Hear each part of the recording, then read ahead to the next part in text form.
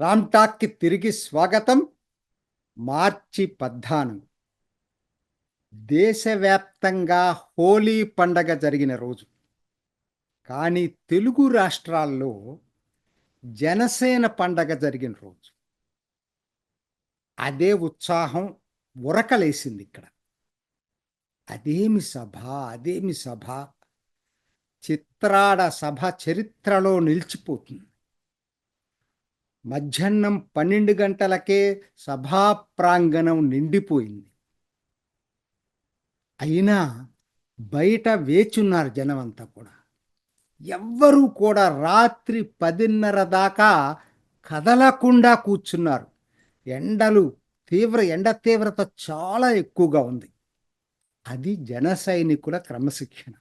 ఇప్పుడే కాదు, అధికారంలో లేనప్పుడు వాళ్ళు సభ జరిపినా ఎక్కడ అపశృతి లేకుండా చక్కగా సభ జరపటంలో అద్భుతమైనటువంటి పనితీరు కనిపించింది జనసేన నిర్వాహక వర్గం.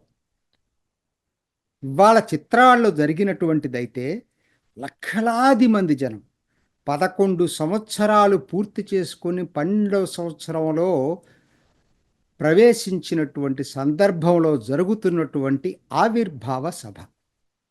లక్షలాది మంది జనం.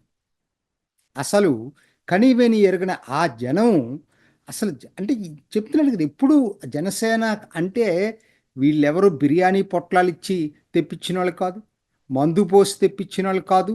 స్వచ్ఛందంగా వాళ్లకు వాళ్ళు సభా ప్రాంగణంకి వచ్చినవాడు. అది జనసేన సభ యొక్క ప్రత్యేకత. మరి ఇవాళ ఈ సభ ఎందుకు ప్రాధాన్యత అంటే, అధికార పార్టీగా మారిన తర్వాత జరుగుతున్నటువంటి మొట్టమొదటి సభ. పార్టీ అనేక కొత్త ప్రాంతాలకు విస్తరించిన తర్వాత జరుగుతున్నటువంటి మొట్టమొదటి సభ. ఒకనాడు మీరు ఒక్కసారి గుర్తు చేసుకోండి, అప్పట్లో జనసేన పార్టీకి జనసేనకి ఎప్పుడూ కార్యకర్తలు, అంకిత భావంతో పనిచేసే కార్యకర్తలు ఉన్నారు. కానీ అదవరికి రాజకీయాల్లో ఉన్న సీనియర్ నాయకులు చూసుకునేటట్టయితే ఒక్క నాదెండ్ల మనోహర్ పిఏసి చైర్మన్ తప్పితే ఎవరూ లేరు. అందరూ కూడా ఫ్రెష్గా రాజకీయాల్లోకి వచ్చి నడిపిన వాళ్ళే ఎక్కువ భాగం, 90%. మరి ఇవాళ సభ సీనియర్, ఎప్పుడో మంత్రులుగా చేసిన వాళ్ళు, సీనియర్ పీపుల్. ఎవరెవరు ఉదాహరణ 2-3 చెప్తాను నేను. కొనతాల రామకృష్ణ చాలా సీనియర్ లీడరు. అట్లానే మీకు బాలినేని శ్రీనివాసరెడ్డి చాలా senior leader. Samineni Udayabhanu senior leader. ఇటువంటి వాళ్ళు చాలామంది ఈసారి జనసేనలో చేరటం జరిగింది. ఆ తర్వాత జరుగుతున్నటువంటి సభ ఇది. దాంతోపాటు సభకి నామకరణం జయకేతనం అని చేశారు. కారణం ఏంటి? 21 స్థానాలకి 21 అసెంబ్లీ స్థానాలు పోటీ చేసి 21 అసెంబ్లీ స్థానాలు గెలిచినటువంటి నేపథ్యం. పార్టీ పెట్టిన తర్వాత ఇంతగా ఈ అద్భుత ఫలితం వచ్చినటువంటి సందర్భం లేదు. అందుకని ఈ సభ పేరే జయకేతనం. ఇదొక గేమ్ చేంజర్ కాబోతుంది 100%. మార్చి 14 జనసేన సభకి ముందు జనసేన పార్టీ, మార్చి 14 జనసేన సభ తర్వాత జనసేన పార్టీగా చరిత్రలో నిలిచిపోబోతుంది. గేమ్ చేంజర్ కాబోతుంది. అనేక ప్రాంతాలకి పార్టీ విస్తరించబోతుంది.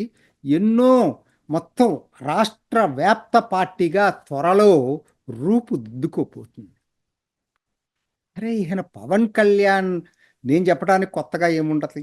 పవన్ కళ్యాణ్ పేరు ఇవాళ భారతదేశం మొత్తం కూడా మారుమోగుతుంది. ఒక్క ఆంధ్రాలోనే కాదు, భారతదేశం మొత్తం కూడా ఇవాళ ఆయన పేరు తెలియని పాన్ ఇండియా ఇమేజ్ ఉన్నటువంటి నాయకుడిగా తయారు.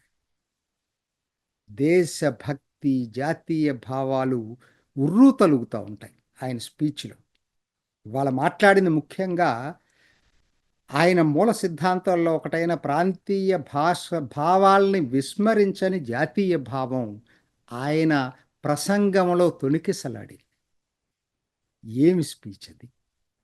సెక్యులరిజాన్ని గురించి మొట్టమొదటగా సామాన్య ప్రజలకి అరటిపండు ఒలిచి నోట్లో పెట్టినంత స్పష్టంగా అర్థమయ్యే రీతిలో నాకు తెలిసి ఎవరు కూడా ఈ పద్ధతిలో చెప్పాల.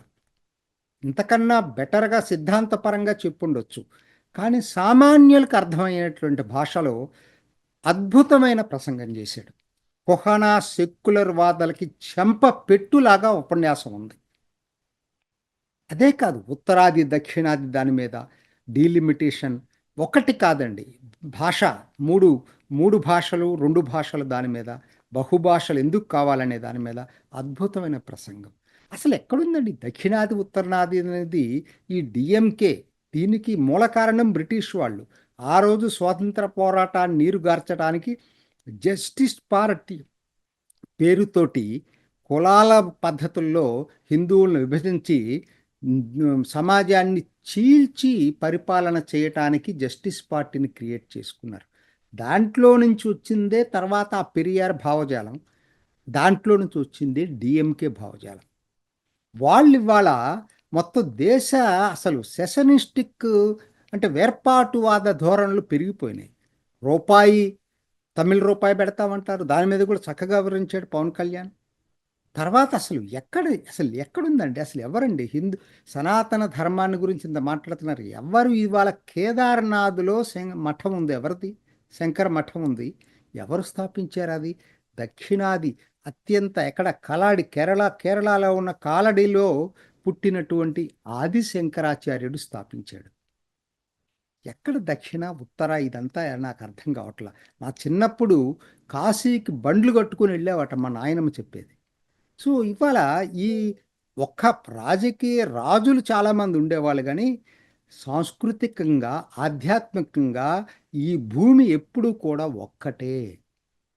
దక్షిణాది లేదు, ఉత్తరాది లేదు, పశ్చిమం లేదు, తూర్పు లేదు.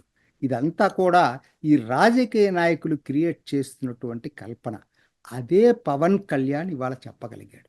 చెప్పటమే కాదు, నాకు చూడబోతే దక్షిణాదిన అసలు ఈ దేశభక్తిని పెంపొందించటానికే పవన్ కళ్యాణ్ ఉద్భవించాడా అన్నంతగా ఇవాళ ప్రాముఖ్యత పెరిగింది పవన్ కళ్యాణ్ది. నాకు ఒక్కడు చెప్పండి, దక్షిణాదిన పాన్ సౌత్ ఇండియా ఇమేజ్ ఉన్నటువంటి నాయకుడు ఒక్కరు చెప్పండి రాజకీయాల్లో.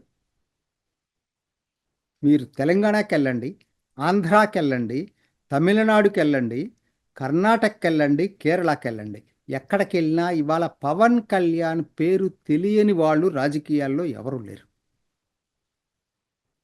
అది మన తెలుగు వాళ్ళు చేసుకున్న అదృష్టం అనుకోవాలి మనం.